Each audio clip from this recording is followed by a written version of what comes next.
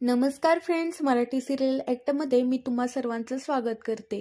लग्नाची बेडी या मालिकेच्या आजच्या भागामध्ये आपण पाहणार आहोत। मधु राघवला बोलते, राघव ऐकून तरी घे, तू काय पण बोलतोयस। तेव्हा राघव मधुला बोलतो, बेसलेस गोष्टी समजण्या एवढा मी मूर्ख नाही आहे, तेवढं समजतं मला। आणि दुसरी गोष्ट म्हणजे तुझी ही अवस्था तुझ्यामुळे, तुझ्या विचारांमुळे, त्यामुळेच तू आजपर्यंत लोनली आणि सॅड राहिली आहेस।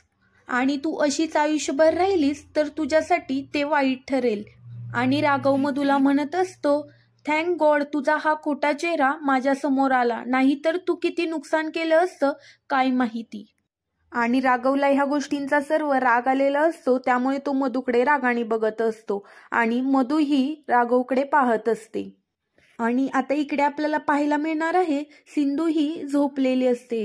राघवला सिंधूची खूप काळजी वाटत असते, त्यामुळे तो तिच्या जवळच उभा राहिलेला असतो।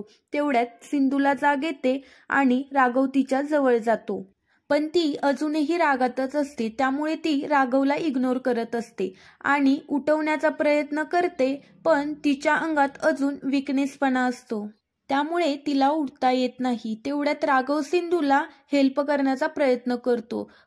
राघव सिंधूला म्हणत असतो, सिंधू प्लीज थांब, प्लीज थांब, आणि तो तिला हेल्प करण्याचा प्रयत्न करतो, पण सिंधू राघववर रागवली असल्यामुळे ती त्याला पूर्ण इग्नोर करण्याचा प्रयत्न करत असते।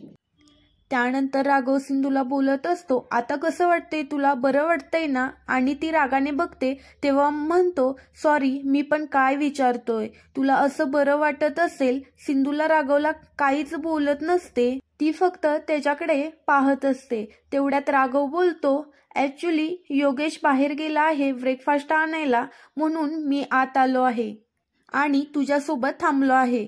तरी सिंधू राघवला काहीच बोलत नाही, कारण ती अजूनही तिच्या डोक्यात राघवबद्दल रागच असतो।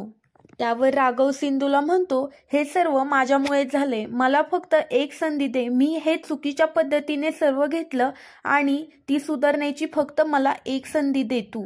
त्यावर सिंधू राघवला म्हणते, का मी द्यायची तुम्हाला संधी, का द्यायची, माझ्या अप्पांनी दिलेलं प्रॉमिस तुम्ही मोडलं ना, मी तुम्हाला संधी द्यायची, मी तुमच्यावर कोठेही येणार नाही, तुम्ही माझ्यावर संशय घेतला, मग तुमची अशी अपेक्षा कशी असू शकते राघव सर माझ्याबद्दलची, मी तुमच्यासोबत यावी, मी नाही येणार तुमच्यासोबत, तुम्ही इथे का थांबला राघव सर। त्यावर राघव बोलतो, प्लीज स्वतःला त्रास करून घेऊ नकोस। त्यावर सिंधू बोलते, तुम्ही एवढं सगळं करून पण तुम्ही मलाच असं बोलू शकता, त्रास करून घेऊ नकोस, तुम्ही इथून जाऊ शकता।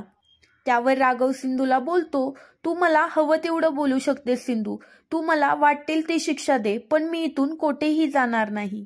सिंधू राघवला बोलत असते, मला तुमच्यासोबत बोलायचं नाही आणि तुम्हाला ड्युटीवर जायचं असेल ना। त्यावर राघव बोलतो, माझी बायको आजारी आहे आणि मला आता इथेच ड्युटी करायची आहे, मी कोठेही जाणार नाही, मी इथेच तुझ्याजवळ बसून राहणार, हीच माझी ड्युटी आहे।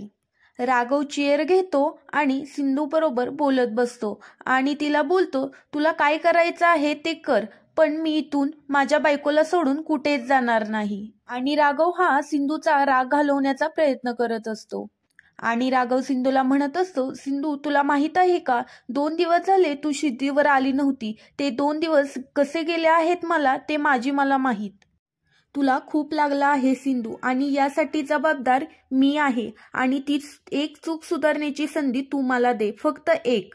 त्यावर सिंधू राघवकडे पाहत मनोमन बोलत असते, मग असे का वागलात राघव सर, मला आणि अंकुरला एकत्र बघून तुम्हाला एवढा त्रास का झाला आणि तुम्हाला एवढा राग का येतो मी दुसऱ्यांबरोबर बोलल्यावर।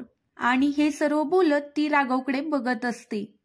तेवढ्यात राघव सिंधूला बोलतो, म्हणजे तू मला माफ केलं नाहीस अजून। त्यावर सिंधू म्हणते, नाहीच केलं माफ मी तुम्हाला, का करू मी माफ तुम्हाला, राघव सर तुम्ही माझ्यावर संशय घेतलाय, तेच मी केलं तर, मी तुमच्यावर संशय घेतला तर, तुमच्या आयुष्यात जशा मधुताई आहेत तशा माझ्या बरोबर कोणीच नाही, तरी पण तुम्ही माझ्यावर संशय घेतला।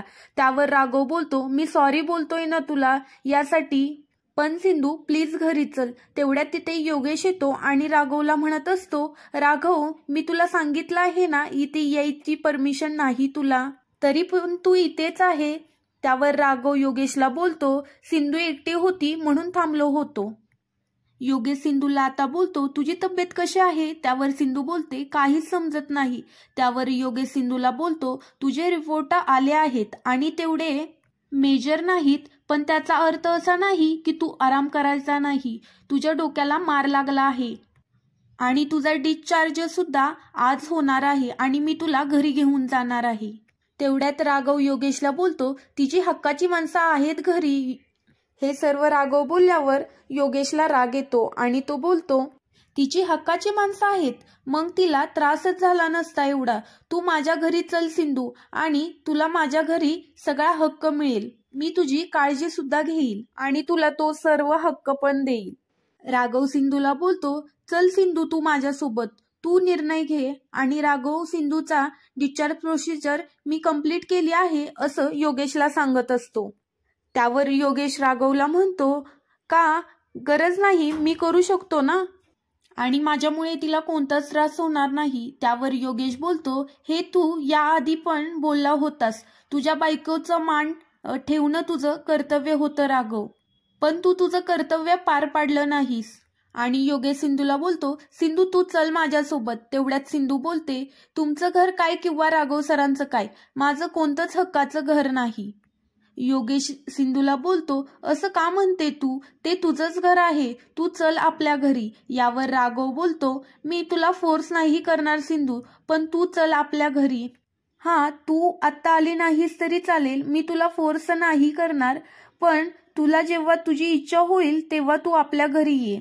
आणि सिंधू कंटिन्यू बसलेली असते, त्यामुळे तिला थोडासा त्रास होतो, म्हणून ती हालचाल करण्याचा प्रयत्न करते. तेव्हा तिला आधार देत राघव आणि योगेश दोघेही हात पुढे करतात आणि सिंधू दोघांकडेही पाहते.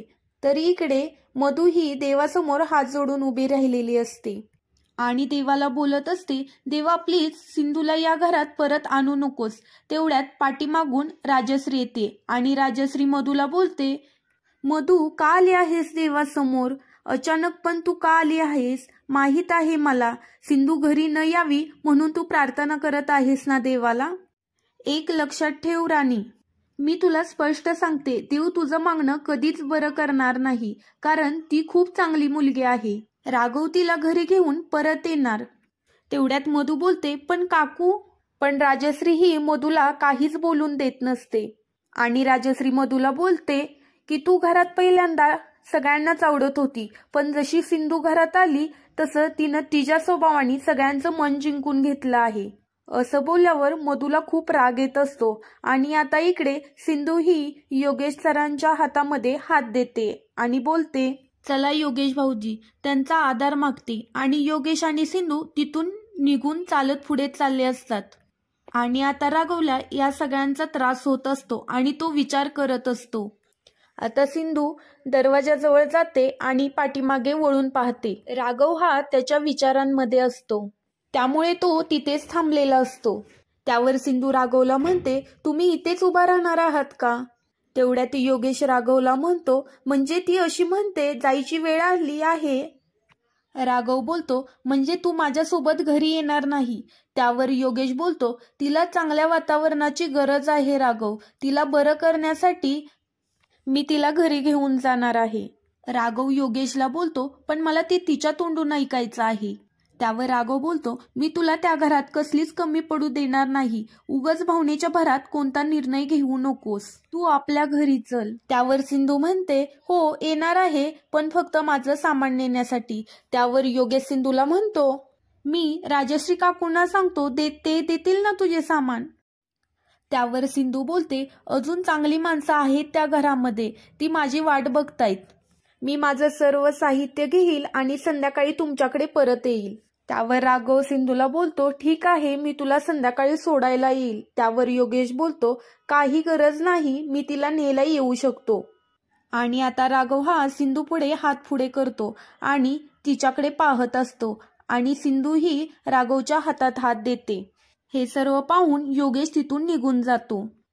आता पुढील भागामध्ये आपण पाहणार आहोत, सिंधू आणि राघव घरी आलेले असतात, त्यामुळे मधूला खूप राग आलेला असतो आता इथे राघव सिंधूला बोलतो, तुला पॅकिंग करायला हवं, तुझी परत निघायची वेळ आली आहे. त्यावर रुक्मिणी बोलते, सिंधू कोठेही जाणार नाही, ती या घराची सून आहे आणि ती इथेच राहणार आणि योगेशकडे तर नाहीच नाही जाणार. मधूला खूप राग येत असतो कारण रुक्मिणी सिंधूला थांबवत असते त्यामुळे. तेवढ्यात सिंधू बोलते, मला घाई नाही झाली जायची बाबा, बहुतेक तुमच्या मुलाला घाई झाली आहे मला तिकडे नेऊन सोडायची. असेच मालिकेचे अपडेट जाणून घ्यायचे असेल तर चॅनेलला सबस्क्राईब करा.